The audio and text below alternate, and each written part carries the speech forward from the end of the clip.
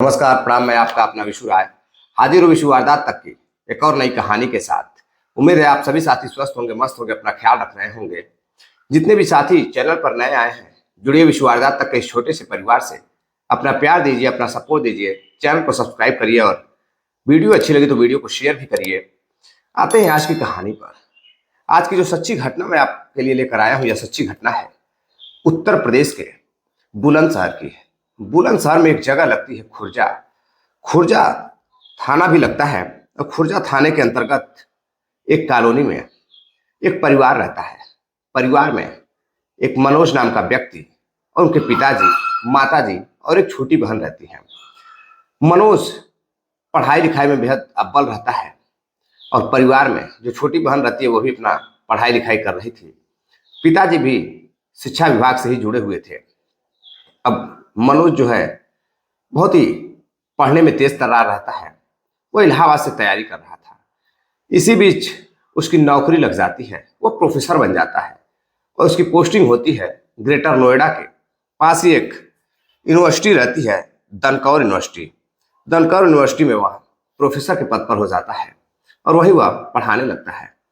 अब पढ़ाते पढ़ाते जो है उसे एक लड़की जो कि उसी के कॉलेज की रहती है, उसे वो पसंद करने लगता है। लेकिन इसी बीच अब जो घर वाले रहते हैं, उनके पिता सोचते हैं कि अब लड़का जो है प्रोफेसर बन चुका है, उसे नौकरी लग चुकी है, क्यों ना अब लड़के की शादी कर दी जाए। लेकिन लड़का शादी के लिए अभी तैयार नहीं रहता है। लेकिन अब घर वाले शादी की टेंशन में पड़े रहते। जब भी लड़का छुट्टी लेकर घर आता तो पिता अक्सर मनोज से बात करते और कहते कि बेटा अब समय हो रहा है, अब तुम्हारी उम्र भी धीरे धीरे बढ़ रही है, अब किस बात की टेंशन है, अब तो तुम्हारे पास सरकारी नौकरी है, अब तुम्हारे पास अच्छे खासे पैसे भी आ रहे हैं, अब तुम्हारी एक अच्छी सी लड़की देखकर शादी कर देनी चाहिए। अब लड़का इसी बीच कहता है ठीक है पापा, आपकी जैसी इच्छा है। अब उनके पिताजी अपने साथियों से कहते हैं कि मैं अपने बेटे की शादी करना चाहता हूँ, कोई अच्छा सा रिश्ता बताइए। अब उनके कई साथी ऐसे रहते हैं जो बहुत से ऐसे लोगों को जानते थे जिनकी बहुत ही अच्छी अच्छी लड़कियां भी थी। उन्हीं में से एक लड़की रहती है पल्लवी। पल्लवी भी बेहद खूबसूरत रहती है और बेहद पढ़ी लिखी लड़की रहती है। अब पल्लवी के घर जब यह बात पहुंचती है कि ग्रेटर नोएडा में के एक यूनिवर्सिटी में तैनात एक लड़का जो है प्रोफेसर के पद पर है और उसकी शादी करने के लिए उसके पिताजी तैयार हैं, तो वह सोचता है कि मेरी भी लड़की तो बेहद पढ़ी लिखी है, काफी अच्छी है, अगर प्रोफेसर से शादी हो जाएगी तो उसकी लाइफ सेट हो जाएगी। अब परिवार वाले बहुत कुछ सोचने के बाद अब मनोज के घर जाते हैं बुलंदशहर। बुलंदशहर जब जाते हैं तो उसके घर पर उसके पिताजी रहते हैं और जिसके साथ वो आए हुए थे उनके मनोज के पिताजी के भी वह दोस्त रहते हैं। सभी लोग बैठकर बातचीत करते हैं। बातचीत करने के बाद जो लड़की के पिताजी होते हैं वह लड़की का फोटो दिखाते हैं। फोटो परिवार में सबको पसंद आती है। लड़के को भी फोटो भेजा जाता है पल्लवी का, तो सबको पल्लवी पसंद आती है। अब लड़की भी बेहद खूबसूरत रहती है, लड़के को भी पसंद आ जाती है। लेकिन लड़का फिर शादी की जब डेट पड़ती है तो उसे टालने की बात करता है। कभी 6 महीने बाद तो कभी 4 महीने बाद शादी करने की बात कहता। अब उनके पिताजी कहते हैं कि आखिर ऐसा क्या है, तुम शादी नहीं करना चाह रहे हो, लड़की भी देख लिए, शादी की डेट भी फिक्स होने वाली है और तुम आनाकानी कर रहे हो। तो लड़का कहता है पिताजी मुझे छुट्टी नहीं मिलती है। अब पिताजी कहते हैं कि छुट्टी नहीं मिलती है तो क्या शादी नहीं होगी? ठीक है, एक डेट फिक्स होती है और उस समय तुम छुट्टी ले लेना और छुट्टी मिल जाएगी तुम्हें। अब पिता की जिद भी रहती है, बेटा मान जाता है और 2020 में कोविड का दौर रहता है।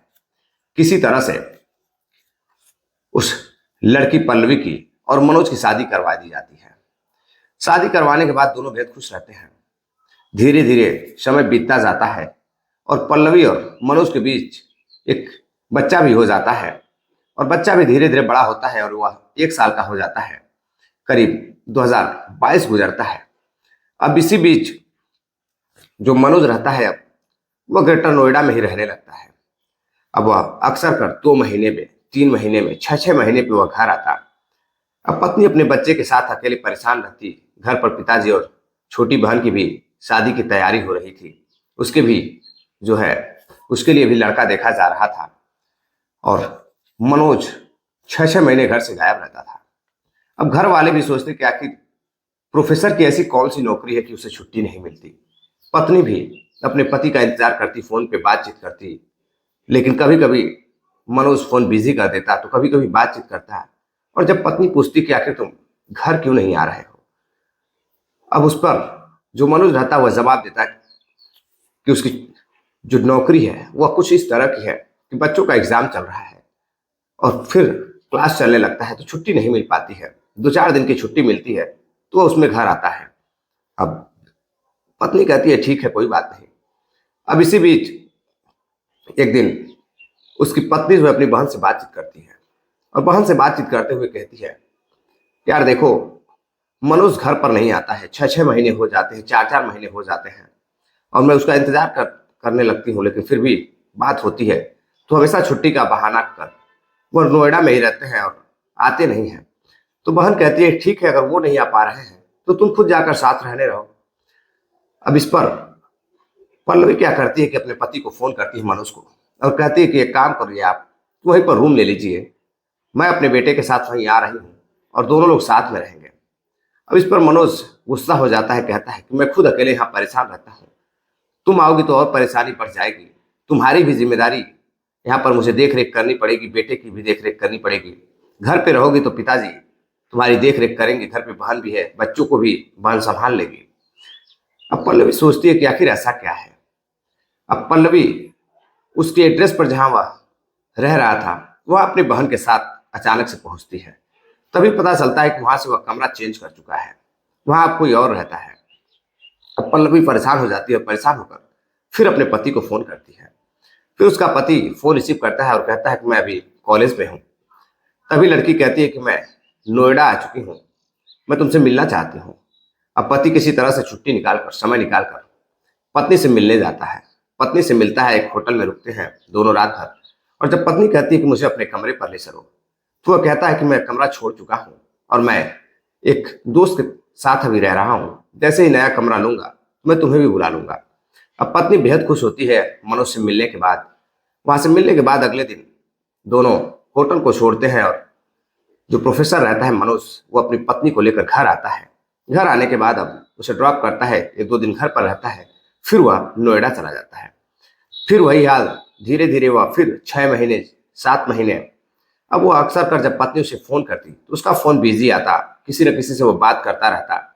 तो पत्नी को शक होने लगता है कि आखिर मनोज कहता है छुट्टी भी नहीं मिलती है, फोन पर बिजी रहता है, इतना वेटिंग कहाँ जाता है।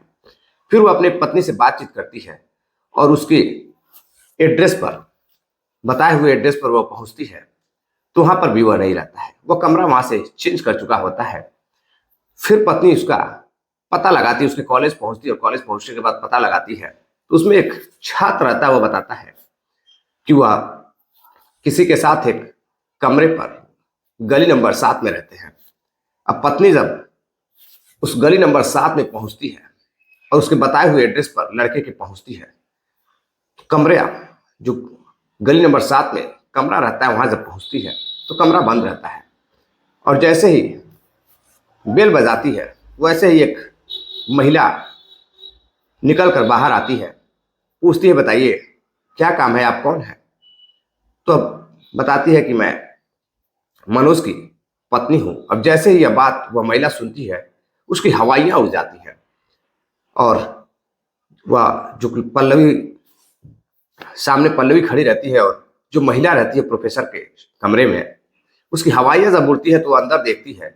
तभी पल्लवी को शक हो जाता है और वह महिला को धक्का देते हुए अंदर घुसती है। जब अंदर घुसती है तो देखती है कि अंदर उस महिला के साथ कोई और नहीं बल्कि उसका पति मनोज है। अब जैसे ही मनोज को अपनी पत्नी सामने दिखाई देती है उसके चेहरे की हवाइयां उड़ जाती हैं। वह दोनों को रंगे हाथ पकड़ लेती है और यही नहीं, उस मनोज और जो महिला रहती है उसके साथ, उसका नाम निशा रहता है और निशा का एक बेटा भी रहता है जो कि 1.5 साल का रहता है। अब बच्चे और महिला को अपने पति के साथ देख पल्लवी रोने लगती है, गुस्से में आ जाती है और गुस्से में आकर पूछती है कि यह कौन है। किसके साथ तुम रंगरलियां मना रहे हो, और साथ में बहन भी रहती है और उसका भाई भी रहता है। अब सभी गुस्सा होने लगते हैं तो मनोज कहता है कि यह मेरी पत्नी है और मेरी 2 साल पहले इससे शादी हुई थी और यह मेरा बेटा है।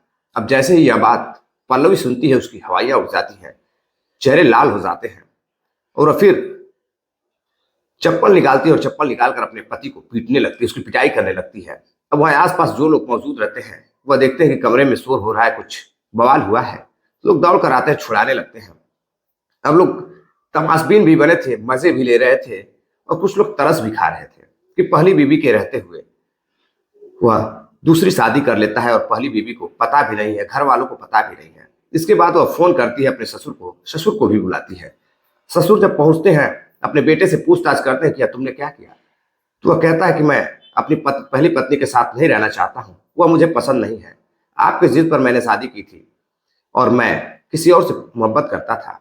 यह मेरी पत्नी निशा है और इसका यह बेटा है। पिता कहता है कि जब तुम्हें शादी नहीं करनी थी तुम बता दिए होते कि मैं किसी और से शादी करना चाहता हूं तो मैं शादी करा देता।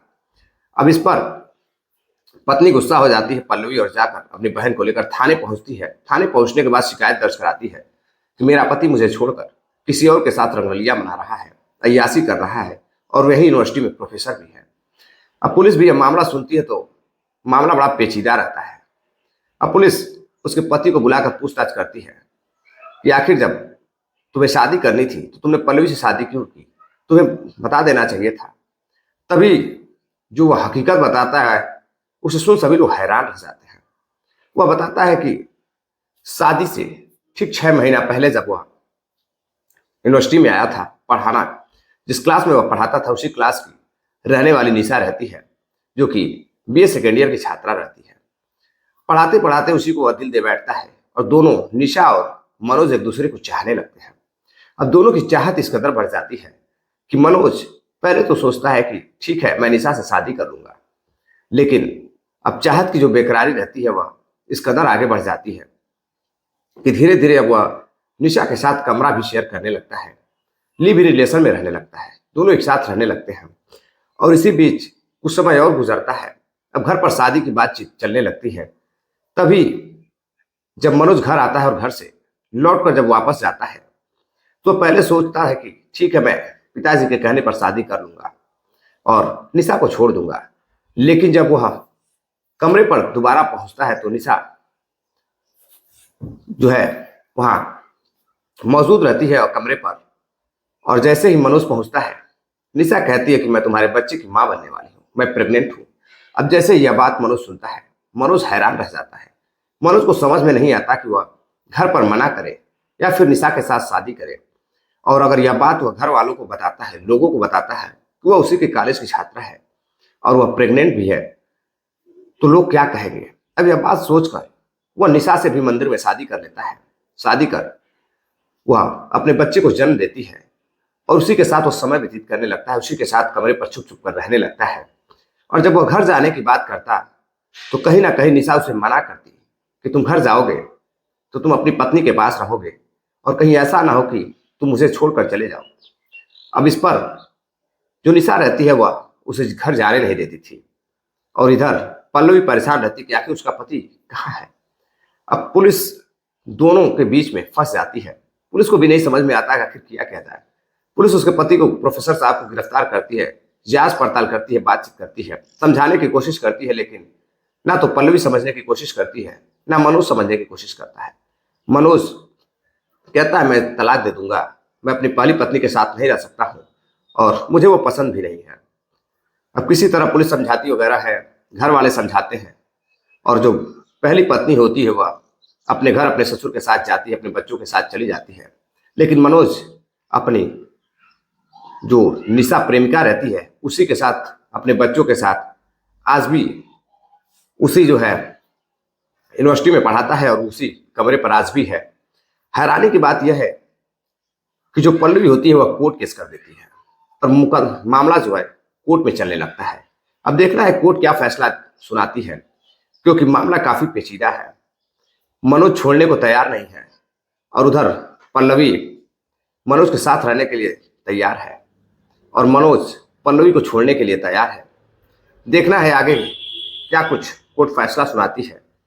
चलते चलते कुछ साथियों ने कमेंट किया है, जिनमें भानवर सिंह है, शिखर राजस्थान के रहने वाले हैं, रतन सेन राव हैं, दिलीप कुमार गुप्ता हैं, कानपुर के रहने वाले हैं, सुनील चौधरी हैं, बीकानेर के रहने वाले हैं, सोहन लाल सेठिया हैं, बीवर राजस्थान के रहने वाले हैं, सतीश गुप्ता उत्तर प्रदेश मऊ के रहने वाले हैं।